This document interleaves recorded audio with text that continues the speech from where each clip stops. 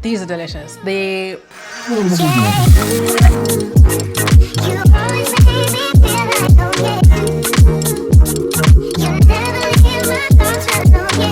recently went on the radio and did a challenge for the presenters where I gave them my vegan plant-based patties, and they had meat ones, and they were blindfolded and had to guess which ones were meat and which ones were vegan. The first one was the meat one, and the second one was the vegan one. Rachel Amma, can you confirm or deny? You're wrong again. I don't believe it. I don't believe it. I don't believe. And they thought my vegan ones were the meat ones, which is crazy, but it made me realize I've never shared my Caribbean patties on my YouTube channel. If you have my last cookbook, which came out in 2021, there is a recipe in there of patties. But I felt it was time that I shared these patties with you, my community, on YouTube. They're so simple to make. I'm actually gonna share 2 versions of these patties, a curried vegetable patty, and I'm gonna show you how to do like a vegan meat version. I'm not gonna use mock meats. I'm actually just gonna use natural, real ingredients. They taste good, they feel good, and they're made with like really good stuff. Please give this video a thumbs up if you're excited. Every thumbs up really helps me out. And let's get into this recipe. Making the patty itself is incredibly easy. You just need to make sure that you use a really good plant-based butter. If I am ever using plant-based butters, I always use this one. This is my go-to. It's mainly shea butter, which means it has a really good high fat content. Start by measuring your ingredients: flour, salt, a little bit of sugar, turmeric, and curry spices. Crumble the butter into the flour with your hands until it resembles breadcrumbs. Then slowly add cold water, a little at a time, until the dough comes together. Be careful to not overwork it or your pastry will be tough. It should feel slightly firm but not too sticky. Once it's formed, wrap it up in an airtight container and keep it in the fridge. This will keep the butter solid, so when we roll it out later, we can get those perfect flaky layers. With the other half of the butter, I'm grating it into these tiny pieces, which I'm then gonna freeze in the freezer for later. So we're gonna leave the pastry in the fridge to stay cool so that the butter solidifies. And now we're gonna make our 2 different fillings. The first filling is gonna be our vegetable filling, and you can use any vegetable you have. I have cassava, sweet potatoes, carrots, onion, garlic, ginger for the curry spices, but you can use any that you have. Peas, beans, sweet corn, peppers. It's one of those recipes where the more veg you use, the better. The main goal when you're using your vegetables is just to make sure that they are chopped up nice and small. So when you do bite into those patties, you have those little pieces of vegetables. And the smaller they are, the more they get wrapped up in the curry spices with the coconut milks and natural fats from that, and it's just more flavorful. Jamaican vegetable patties are typically made with callaloo, scotch bonnet, carrots and cabbages, pumpkin and breadfruit, lentils, sweet potatoes. So wherever you are in the world, draw for the ingredients that you have in season that are freshest and most delicious. And if you have access to those Caribbean flavors, get some pumpkin, get some breadfruit, and get some peas, and definitely get some callaloo if you can. And then to build up some really delicious curry flavors, I've got onions, garlic, ginger, scotch bonnet pepper, and I'm going to blend that together to make a fragrant curry paste, which will be the base of our curry. Veggies are chopped into little bite-sized pieces. We have blended up the base of our paste. It's red because the scotch bonnets have done a madness. We are just gonna cook them down. Let's hope everything fits in this pot. I think it will. Olive oil goes in. Then we're gonna add in the curry paste.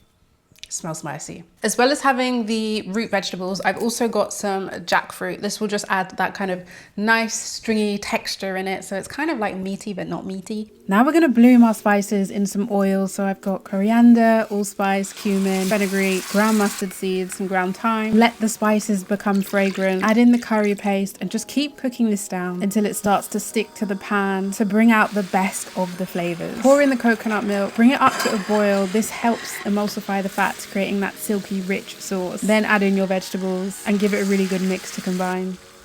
That one's just going to cook down and get nice and soft, and then we're going to let it cool. Okay, so the second filling that I want to show you is more like the traditional meat patty filling, except we're not using meat. We're going to use these oyster mushrooms for that meaty texture, but I'm also going to add walnuts and lentils. I love doing this for any kind of minced meat that I do. Walnuts are full of magnesium, omegas. They're so good for the body. If I can find a way to creep them into my meals, I will. And the texture that it brings minces, plant-based minces, is actually wonderful. And then I've got black lentils, protein, nutrients, and it will just come together and make that kind of meaty filling that we're kind of looking for. So we're just going to season these up and make them really special. Finally, chop up your oyster mushrooms. We want these to resemble kind of meat textures, so we want them nice and small. They will also shrink up when we cook them.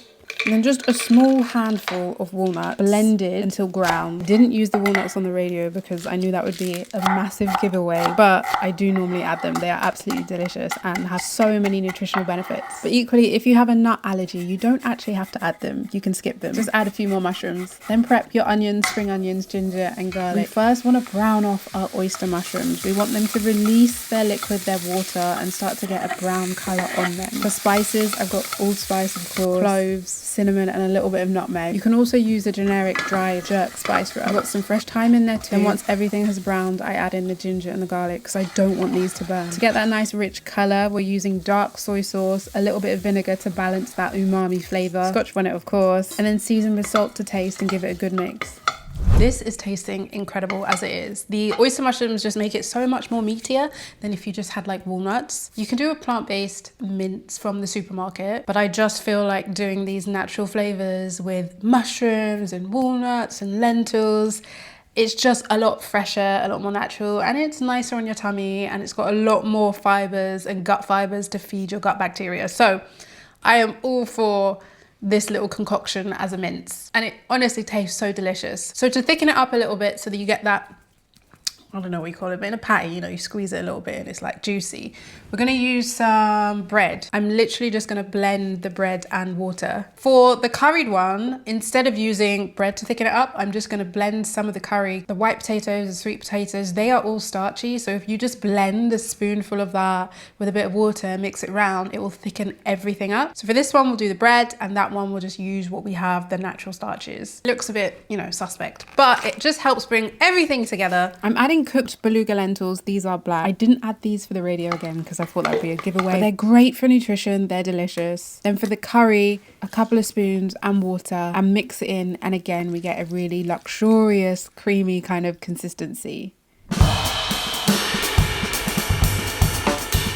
Okay, now to get the signature flaky crust. You want to first layer your surface lightly with flour. Not too much or the dough will get tough, and if you use too little, it's gonna stick. So roll it out gently. You might need to slam it down a little bit as the cold butter has solidified everything, but it will loosen as we go. So roll gently, create a single layer, and then add your grated frozen butter.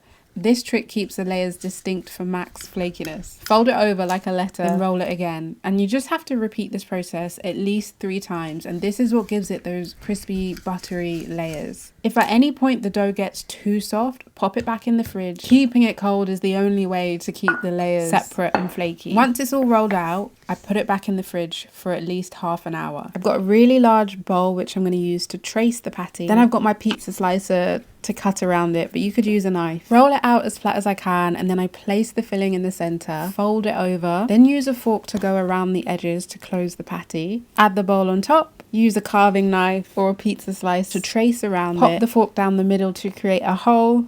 I brushed on some coconut milk, which is optional. Then roast in the oven for 15 minutes. And this is how they come out.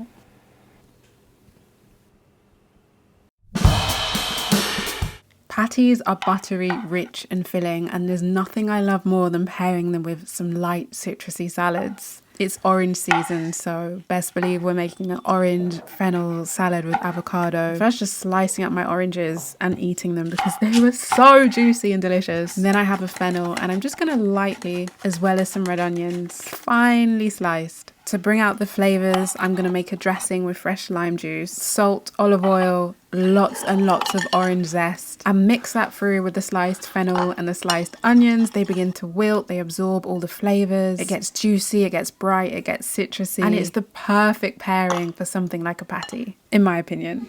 I've been trying to forget, but you won't let me. Something in my brain wants you. I've been thinking of myself. Let's do a taste test. As you can see, they're super flaky, and that's what you want. You want this soft flaky. The layers are falling apart just because I've been like testing how flaky it is. These are delicious. And now we'll taste the curry one.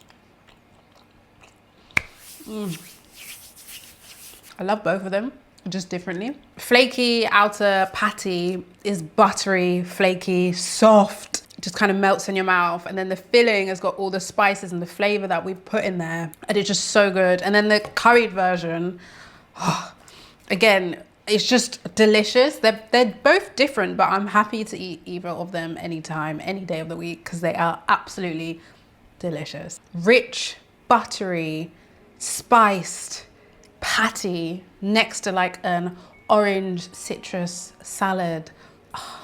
The combination, beautiful. Absolutely beautiful. Please give this video a thumbs up. Every little thumbs up helps. So if you did like it, please do give it a thumbs up. And I look forward to sharing another recipe with you next time. Bye.